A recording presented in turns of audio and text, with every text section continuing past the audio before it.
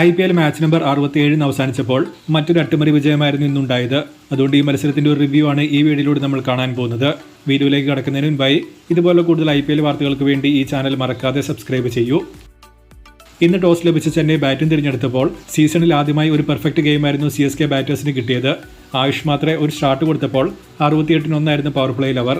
മാത്രേ കൊടുത്ത start Conway, Urvil Patel എന്നിവർ തുടർന്ന് മുന്നോട്ട് കൊണ്ടുപോയതോടെ റൺസ് അനായാസം വരാൻ തുടങ്ങി.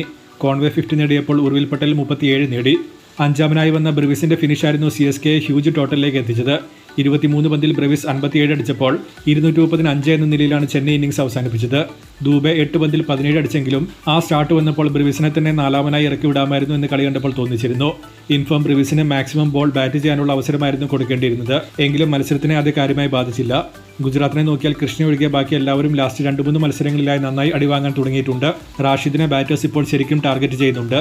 2 ലെഫ്റ്റ് ഹാൻഡേഴ്സ് ക്രീസിൽ വന്നപ്പോൾ ഷാരൂഖ് ഖാൻ ഓവർ കൊടുത്ത് വിക്കറ്റ് എടുത്തതൊക്കെ ഗില്ലിന്റെ ഇംപ്രസീവായ തീരുമാനമായിരുന്നു.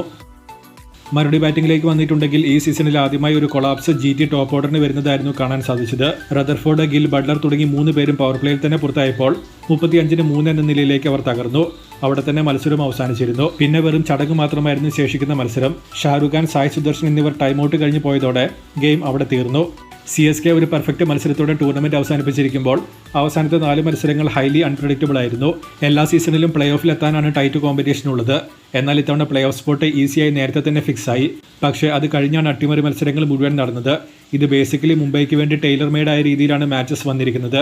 3-4 ദിവസം മുൻപ് 99% എലിമിനേറ്റർ കളിക്കാൻ സാധ്യതയുണ്ടായിരുന്ന മുംബൈ നാളെ ജയിച്ചാൽ ക്വാളിഫയർ 1 കളിക്കുമെന്ന സിനാരിയോ ആണ് ഇപ്പോൾ വന്നിരിക്കുന്നത്.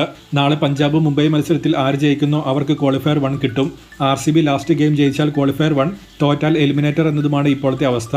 സോ എങ്ങോട്ട് വേണമെങ്കിലും മത്സരങ്ങൾ ഇനി പോകാം.